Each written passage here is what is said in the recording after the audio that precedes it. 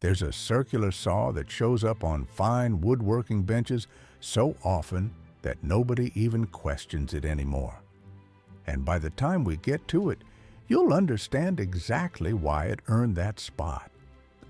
But to get there, we have to go through the saws that stall mid-cut, burn out their motors in weeks, and turn a simple rip cut into a warranty claim. 7 saws total. 3 that have no business anywhere near your shop, and 4 that have earned a permanent place on a serious woodworker's wall. We're starting at the bottom with the saw that costs the least and shows it the fastest. Stick with me through all 7, because once you see what separates number 1 from everything else here, it'll change what you reach for next time you're standing in the tool aisle.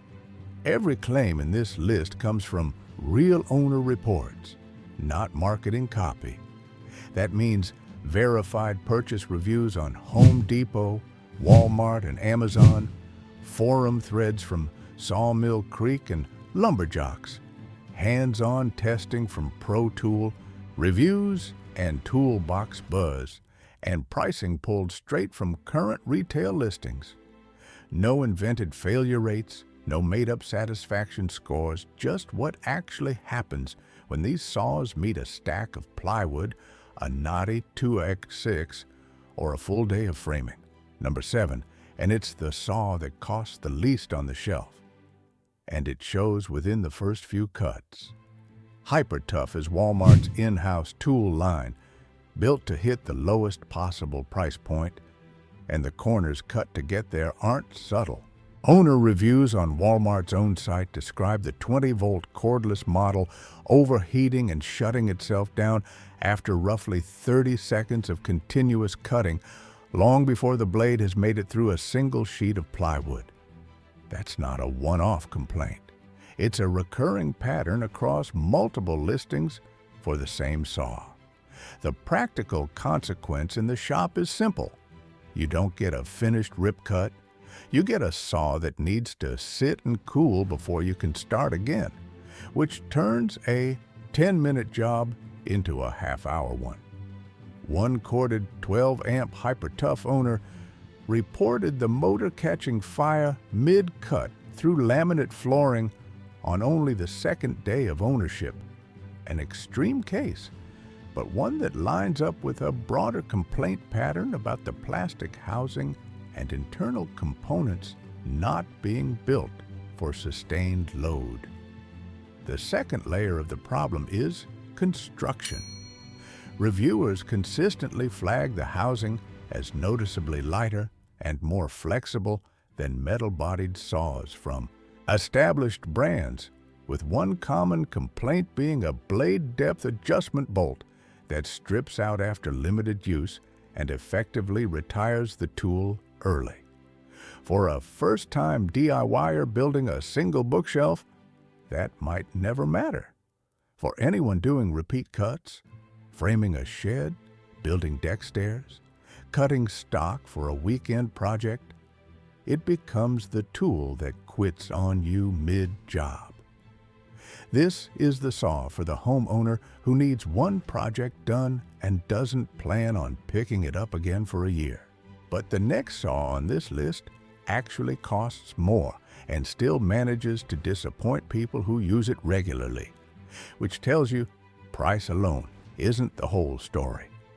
Number 6 is Ryobi, and this one stings a little more because the brand has genuine fans, but the entry-level circular saws are where a lot of that goodwill runs out.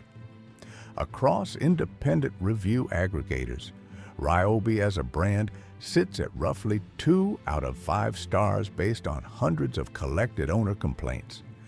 And circular saws are one of the most frequently cited product categories in that data.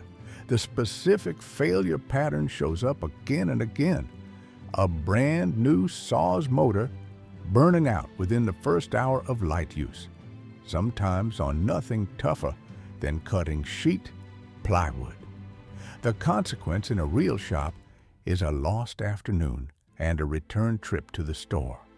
Multiple owners on Home Depot's review platform describe smoke coming directly from the saw mid-cut, with at least one reporting they pulled the battery mid-job out of concern the tool would catch fire.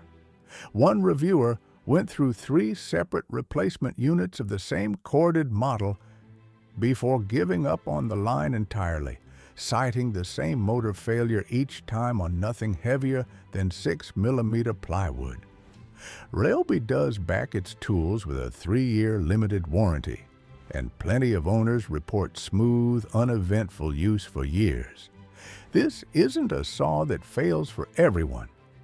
But the second recurring complaint, a fan assembly inside the housing that owners describe as thin and prone to disintegrating, shows up often enough in separate reviews to suggest a real design weak point rather than isolated bad units.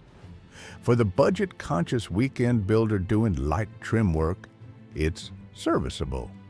For anyone leaning on it as a primary saw, the failure rate reported by owners is hard to ignore. Up next is a brand most people already own something from. And it turns out owning one of their drills doesn't guarantee their saw holds up the same way. Number 5. Black Plus Decker's 20V Max Cordless Circular Saw. And this is the saw that photographs well and underperforms in practice. On Walmart's retail listing, the saw sits at 3.9 out of 5 stars from just under 100 ratings. Respectable, but noticeably behind every saw further up this list. The most common complaint, echoed independently by testers at Bob Villa, is that the stock battery simply doesn't deliver enough sustained power, with one review flatly describing the saw's motor as underwhelming compared to every other compact saw tested in the same lineup. In the shop, that translates to a saw that handles thin plywood and light trim fine, but bogs down and stalls partway through anything resembling a 2F4 or thicker hardwood stock. Exactly the moment you don't want a saw to lose momentum. Home Depot reviewers report the same pattern in blunter terms, with one simply stating the saw isn't built to the quality level they expected going in. The second data point is more structural. This model doesn't include the battery or charger separately in some kits, meaning the advertised price undersells the real cost of ownership once you're forced to buy a compatible battery pack. Combine a battery-starved motor with an incomplete out-of-box kit, and you get a saw that's genuinely fine for cutting a few shelf boards, but frustrating the moment a project calls for repeated cuts through anything thicker than half-inch material. It's a step up from Hyper-Tough and Ryobi's worst complaints, but it's the last saw on this list you'd want to lean on daily. That's the last of the 3 saws to avoid. Now, we flip the list because the next 4 have all earned real trust from people who use them for a living. Number 4, and this is where the list turns a corner. DeWalt's DCS 570 is a genuinely solid, dependable saw. It just doesn't have the edge the top 3 have. Specs-wise, it's rated at 900 UWO of cordless power, spins a 7 watt-hour-inch blade up to 5,500 RPM, and delivers a maximum bevel capacity of 57 degrees, enough to handle everything from square cross cuts to compound angle work on trim. DeWalt's own published cut count puts it at roughly 330 crosscuts through 2x4 pine on a single charge, which holds up in daily framing use. One long-term owner review, documented after more than 2 years of use building furniture and framing 2 full cabins, reported the saw handling deck joists, wall studs, rafters, and sheathing without a single motor issue. Precisely the kind of sustained use track record that separates a dependable saw from a disposable one. Current retail pricing puts the bare tool around $9,900, which is a notably lower entry point than the premium brands further up this list, making it one of the best value-to-performance ratios in the cordless 7-1/4-inch category. The trade-off shows up in smaller details. It lacks native dust collection compatibility, requiring an aftermarket adapter that reviewers note doesn't fit cleanly without minor drilling modifications. It's also not the saw pro framers reach for when they need maximum sustained torque under continuous heavy load. That's reserved for the saws still ahead on this list. But for the price and the 2-year field-tested track record, the DCS 570 earns its place as a genuinely reliable working saw, not just a budget compromise. The next saw costs more, but it comes with a warranty long enough that Milwaukee is essentially betting on it outliving your project list. Number 3 is Milwaukee's M18 fuel lineup, and the first thing worth knowing is the warranty. 5 years on the tool itself, which is longer than what most competing brands offer on comparable cordless saws. That's not a marketing gimmick. It's Milwaukee putting real money behind the expectation that this saw keeps working. The 7-1/4-inch model runs a power state brushless motor at up to 6,000 RPM, with a max cut depth of 2.58 inches at 90 degrees, enough to clear double-stacked 3-4-inch OSB or 2X pressure-treated lumber without dropping RPMs mid-cut. Pricing runs from roughly $229 to $259 for the bare tool depending on the specific model, climbing to around $440 for a full kit with a high-output 12-point AH battery. A meaningful jump over the DeWalt DCS 570 and one that reflects Milwaukee's positioning as the pro market standard rather than the budget-conscious pick.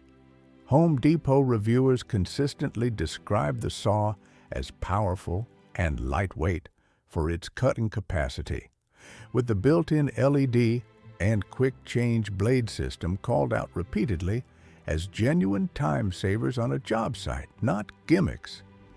The complaints that do surface are minor by comparison to the bottom 3 saws on this list: occasional inconsistency in battery performance and the absence of an included rip fence on some models, which reviewers note should be standard at this price point. But there's no pattern of motor burnout, no housing that cracks under load, no widespread failure reports. For a framer, remodeler, or general contractor cutting dimensional lumber all day, this is the saw that's built to survive that workload without a warranty claim. But there's a reason West Coast framers have stuck with one specific style of saw for decades, and it's not the one at number 3. Number 2, Bosch, and this is where raw torque takes over from raw RPM. Worm drive saws use a spiral gear system instead of a direct drive motor, which trades some top-end speed for significantly more load-carrying capacity. The reason worm drives have historically dominated on the West Coast among framers cutting thick, dense lumber all day, while sidewinder saws stayed more popular on the East Coast for lighter trim work.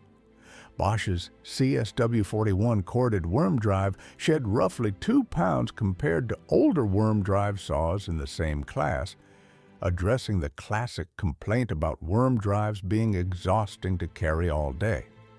On Sawmill Creek's forum, one owner described running a Bosch worm drive for framing and general carpentry work for years, alongside a separate track saw reserved for fine joinery, a split that shows up repeatedly in professional workflows where the worm drive handles rough, high-torque cutting and a second saw handles precision work. That kind of 2-saw setup is common, specifically because the worm drive rarely lets a framer down mid-cut in thick stock, even under repeated heavy loads across a full workday. The cordless Profactor line carries the torque advantage into a battery platform with the track-compatible GKS 18V 25GC model priced around $289 bare tool or $449 as a kit with an 8.0 AA battery, putting it in direct competition with Milwaukee's top-tier kits. The trade-off is weight and a steeper learning curve for anyone used to a lighter sidewinder saw. It's not the saw for someone occasionally cutting shelf boards in a garage, but for anyone cutting thick hardwood or framing lumber daily. The torque advantage translates directly into fewer stalls and a longer motor life. And now, the saw that shows up in shops where the woodworker isn't willing to compromise on anything. Number 1, and it's Makita's 5007MG, the saw that keeps coming up unprompted in forum threads years after purchase, which is the strongest signal a tool can send. On Amazon, the 5007MG holds one of the highest sustained ratings of any circular saw covered in this list, with more cautious independent reviewers still landing it at 4.3 out of 5 after factoring in every minor complaint. Under the hood, it's a 15-amp Makita-built industrial motor spinning the blade at 5,800 RPM, with a magnesium housing that keeps the total weight down around 10.1 pounds. Light enough to control all day, built solid enough that owners aren't babying it. The forum record backs this up in a way spec sheets can't. On Lumberjocks, one longtime woodworker describes still running an older all-metal circular saw from decades earlier specifically because newer plastic-bodied alternatives felt disposable by comparison. And the 5007MG's magnesium construction is a direct continuation of that older, overbuilt philosophy, rather than a marketing update. Reviewers across multiple outlets repeat the same core praise. It's accurate, it holds its bevel settings without drifting, and it's dependable enough that professionals recommend it to other professionals without hesitation, not just to hobbyists on a budget. The complaints that do exist are genuinely minor. Several reviewers note the sawdust ejection pattern is harder to control than on some competitors, scattering more debris across the workpiece than expected. It's also priced at the higher end of Makita's own circular saw lineup, with the broader Makita range spanning $150 to $400 depending on the model.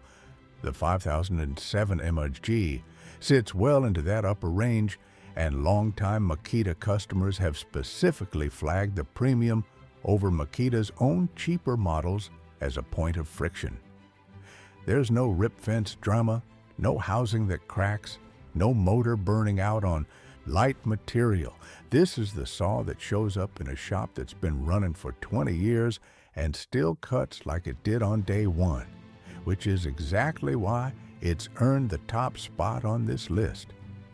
The real lesson across all 7 of these saws was never about brand loyalty or which one had the flashiest spec sheet.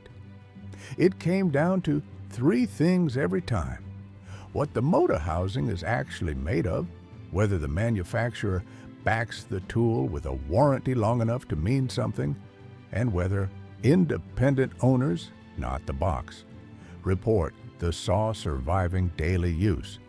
Price matters, but it's motor construction and warranty confidence that separate the saw you replace twice a year from the one you hand down to the next generation of your shop. So, which one's actually sitting on your workbench right now? One of the 3 to avoid, or one of the 4 that earned their spot? Drop it in the comments, and if this saved you from a bad purchase, share it with the next person about to buy their first circular saw.